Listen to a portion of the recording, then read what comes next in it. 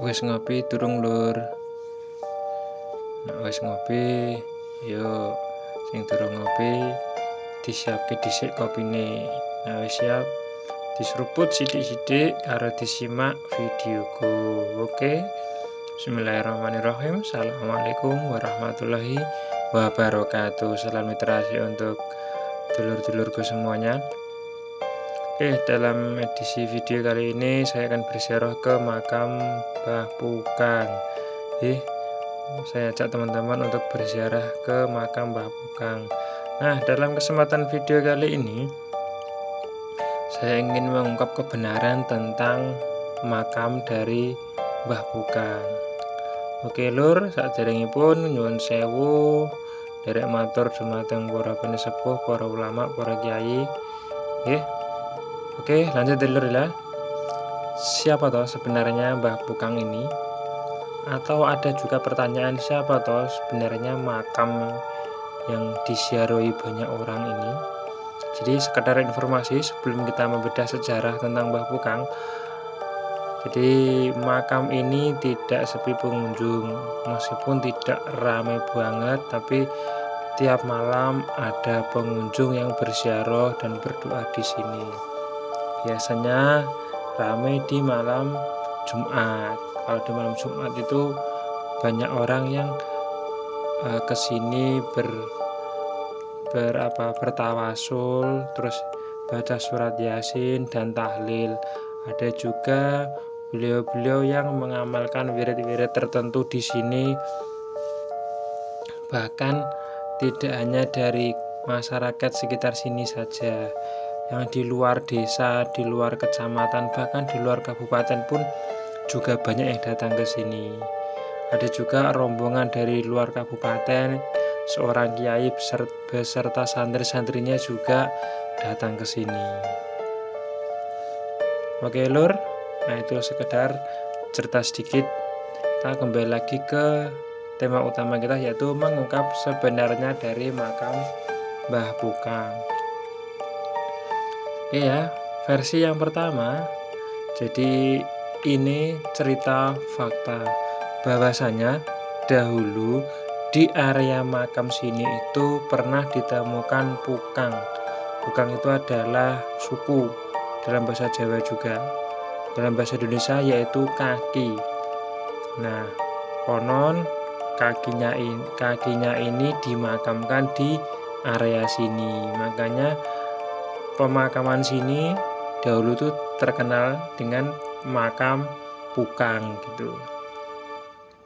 Nah, kaitannya dengan cerita kaki itu ada cerita yang berkembang bahwasanya kaki itu adalah kaki seorang pertapa atau seorang ulama juga.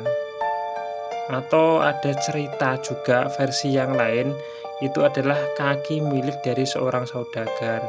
Nah, kaitannya itu tidak bisa dibuktikan kebenarannya, hanya cerita yang berkembang. Tapi kalau fakta bahwa dulu pernah ditemukan pukang atau kaki di sini, itu masyarakat mengetahuinya, lalu dimakamkan atau dipendem di area sini. Jadi area sini itu juga area pemakaman umum desa dahulu kala, sebelum desa-desa yang sekarang ini ada, masyarakat sekarang ini ada.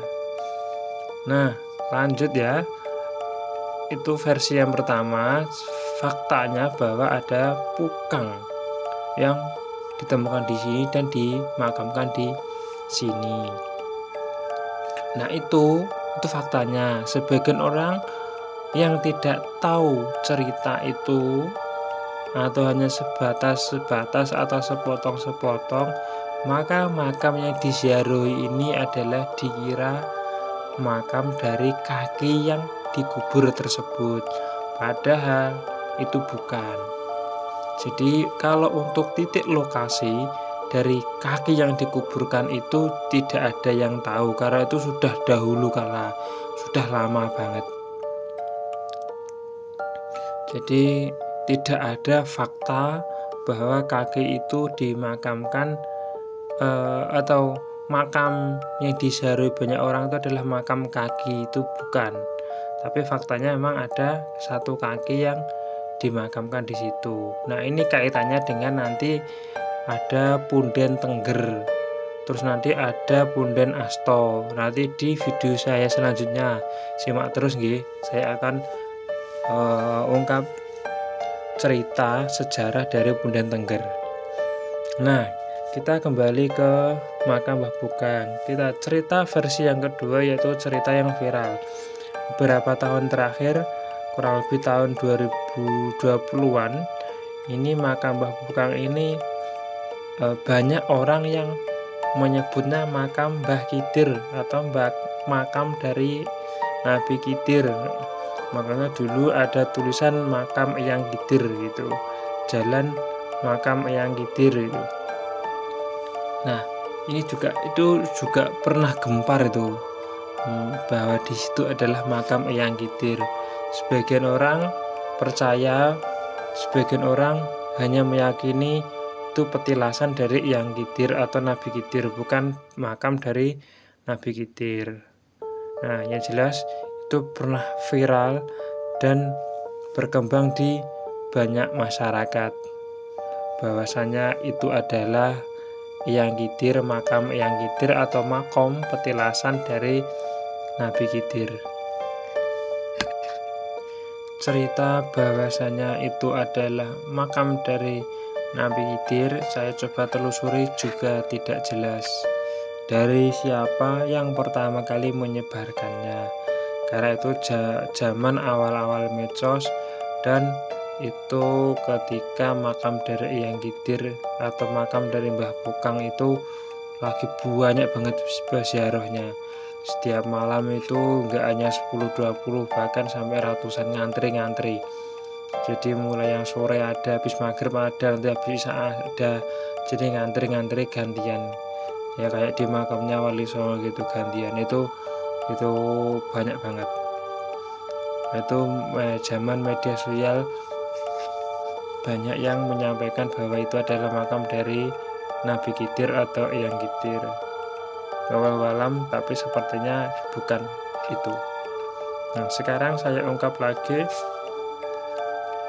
kebenaran dari sudut pandang yang berbeda, yaitu versi yang ketiga. Nah, kalau yang versi yang ketiga, ini yang pertama adalah menurut dari Mbah Hari. Mbah Hari itu adalah salah satu orang yang membabat dan membuka makam dari Mbah Bukang ini. Nah, ini saya gabungkan cerita dari Mbah Hari dan juga cerita dari salah satu keturunan dari Syekh Kona Kolil Bangkalan yang bernama Abah Syekh Ahmad Tasbih Jati Madurajeh Asisataji bin Nuri Suparman bin Syekh Sirot bin Syekh Kona Kolil Bangkalan, yang beliau mendirikan pondok di Indramayu. Nah, beliau pernah ketika pulang kampung ke Madura mampir ke Ngawi, karena di Ngawi beliau punya santri. Lalu beliau mampir dan berziarah di makam sini atau makam Mbah Bukang ini. Nah, kalau menurut beliau menyampaikan bahwa makam ini bukan makam sepotong kaki. Ini adalah makam seorang ulama yang beliau punya jasa besar dalam mengembangkan Islam di area sekitar Ngawi sini. Ini kalau menurut beliau, ini makam ini adalah era Kesultanan Demak, Mas Yan, antara Demak dengan Pajang. Karena menurut beliau, ulama yang dimakamkan ini beliau ini adalah salah satu santri kinasih atau santri utama dari Sunan Kalijogo. Ini kalau menurut mata batin beliau. Ya wallahualam, bisa percaya bisa tidak. Nah, teman-teman semuanya bisa mempercayai cerita yang pertama bahwa ini bukang atau kaki saja, ya monggo. Nah, jelas fakta dari Pukang memang ada dan dikubur di area pemakaman situ. Nah, terkait titik lokasinya mana ini nggak ada yang tahu. Terus kalau menurut beliau-beliau yang berziarah ke situ, nah ini beliau tidak mempercayai bahwa itu adalah sebuah pukang atau kaki. Banyak yang percaya bahwa itu adalah makom Eyang Kidir, petilasan Eyang Kidir. Ada juga yang meyakini bahwa itu adalah makam Nabi Kidir. Tapi banyak juga yang meyakini sebagaimana disampaikan oleh Abah Ahmad Syekh Tasbih Jatuh Madurajeh tadi, ini adalah makam dari seorang ulama besar. Nah, ini kebenaran yang ada di makam Mbah Pukang itu. Untuk kajian ilmiahnya saya belum menemukannya. Monggo para santri-santri yang menempuh dunia akademisi kalau mau meneliti beliau, monggo kalau bisa mencari riwayat dari literatur beliau. Nah, untuk nama asli beliau ini sebagian kiai atau sebagian satu ada yang dikasih tahu melalui kayak mata batin atau istikharahnya beliau-beliau. Tapi beliau-beliau yang dikasih tahu nama sebenarnya dari Mbah Pukang ini tidak bersedia menyampaikannya karena memang dipesan bahwasanya tidak boleh disebar-sebarkan. Jelas monggo teman-teman semuanya kalau mau berziarah ke sini ya monggo, niatnya bagaimana. Yang saya hanya mengingatkan kalau berziarah niatnya yang benar, yang lurus. Entah meyakini ini hanya makam dari sebuah kaki, atau meyakini bahwa ini makam dari Nabi Khidir, atau ini meyakini bahwa ini makam seorang ulama, saya kembalikan ke teman-teman atau dulur-dulur semuanya. Ini nanti setelah ini saya akan menelusuri ke Punden Tengger. Punden Tengger itu ada kaitannya dengan cerita versi yang pertama bahwa di sini dulu ditemukan sebuah kaki atau pukang lalu dikubur di sini. Nah, untuk Tengger tersebut, Punden Tengger tersebut itu adalah dulu pernah ditemukan sebuah weteng dan geger di lokasi tersebut lalu dimakamkan. Oke, simak terus perjalanan saya dalam menelusuri sejarah.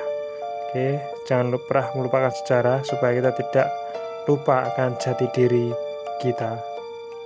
Oke, salam literasi. Assalamualaikum warahmatullahi wabarakatuh. Nuwun.